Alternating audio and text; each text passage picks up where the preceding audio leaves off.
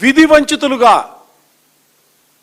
దేవుడు జన్మనిస్తే ఇవాళ సమాజంలో అనేక సవాళ్ళని అవమానాలను భరిస్తూ జీవనం కొనసాగిస్తున్నటువంటి వారిపైన మీ కక్ష సాధించే కార్యక్రమం.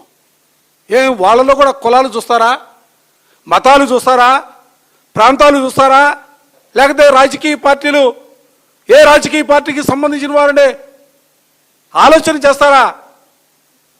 అసలు ప్రభుత్వ విధానం ఏంటని అడుగుతా ఉన్నా.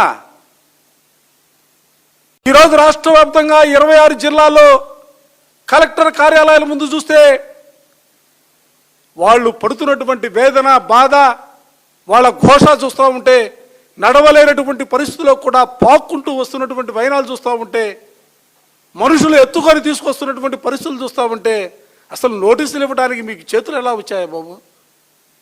అసలు ఎట్లా నోటీసులు ఇస్తారు? వాళ్ళే ప్రైవేట్ వాళ్ళు అంగవైకల్యానికి సంబంధించి వాళ్ళు ఏదో ప్రైవేట్ హాస్పిటల్లో సర్టిఫికేట్లు తీసుకొచ్చి ప్రభుత్వానికి అప్లికేషన్లు పెట్టినటువంటి పరిస్థితి కాదే. ప్రభుత్వ హాస్పిటల్లో ప్రభుత్వ డాక్టర్లుగా ఉన్నటువంటి వారు సర్టిఫై చేసిన తర్వాత మాత్రమే వాళ్ళు అప్లికేషన్ పెట్టుకున్నారు, వాళ్ళు అర్హత పొందారు. అటువంటి వారిని మీరు దొంగలుగా చిత్రీకరించడానికి అసలు మీకు మనసు ఎలా వస్తూ ఉంది? అంటే సర్టిఫికెట్లు ఇచ్చినటువంటి ప్రభుత్వ డాక్టర్లు కూడా అవమానిస్తున్నారా?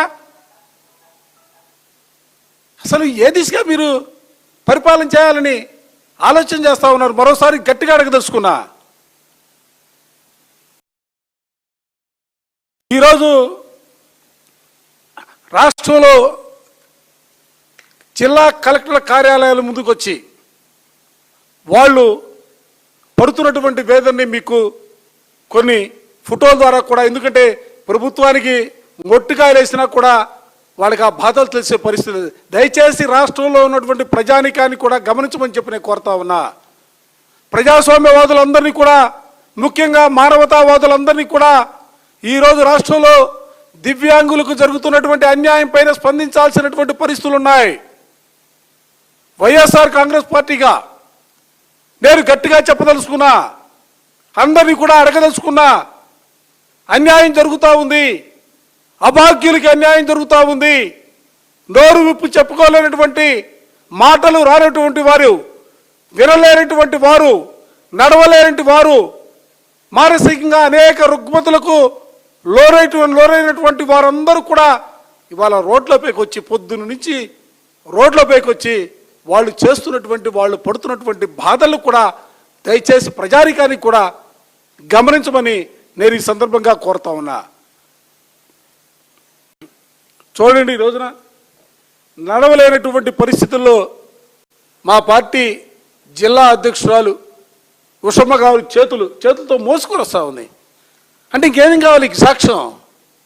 నడవలేనటువంటి వారికి కూడా పెన్షన్లు ఇవ్వరా? వారికి కూడా నోటీసులు ఇస్తారా? చూడండి, చేతి కర్రలతోనూ చూడండి, అది చూడండి. ఒక్కసారి కృష్ణా జిల్లాకు సంబంధించి కన్ను లేదు, గాజు కన్ను ఉంటే ఆ కన్ను కూడా తీపిచ్చి చూపిస్తూ ఉంది. కన్ను లేనటువంటి పరిస్థితి. కళ్ళున్నటువంటి ప్రభుత్వానికి ఇది పట్టదా? ప్రభుత్వానికి కనిపించట్లేదా? అనంతపురం జిల్లా పాపం ఇక ఎందుకంటే పెన్షన్ లేదనే అంశం తెలిసిన తర్వాత, రాదనే అంశం అవగాహన అయిన తర్వాత, అంటే సమాజంలో బతకడం కష్టమనే భావంతో పెట్రోల్ పోసుకొని చనిపోవడానికి సిద్ధపడినటువంటి పరిస్థితులు. కర్నూలు జిల్లా చూడండి, తోపుడు బళ్ళ మీద వస్తూ ఉన్నారు. వందల సంఖ్యలో అభాగ్యులు, దివ్యాంగులు అందరూ కూడా రోడ్లపైకి వచ్చి కలెక్టర్ గారికి వినతిపత్రం ఇచ్చే కార్యక్రమంలో ఉన్నారు. నెక్స్ట్ సత్యసాయి జిల్లా 89% సదరన్ సర్టిఫికేట్లో ఇచ్చారు వైకల్యం ఉందని.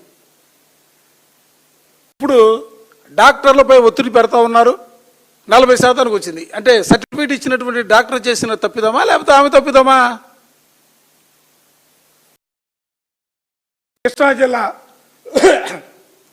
మొవ్వ మండలం పెదపూడి సచివాలయం పరిధిలో పుట్టుకతోనే దివ్యాంగురాలైనటువంటి మేడం లక్ష్మి ఇటీవల పెన్షన్ తొలగించారు, మనోవేదంతో గుండెపోటుతో మరణించినటువంటి పరిస్థితులు.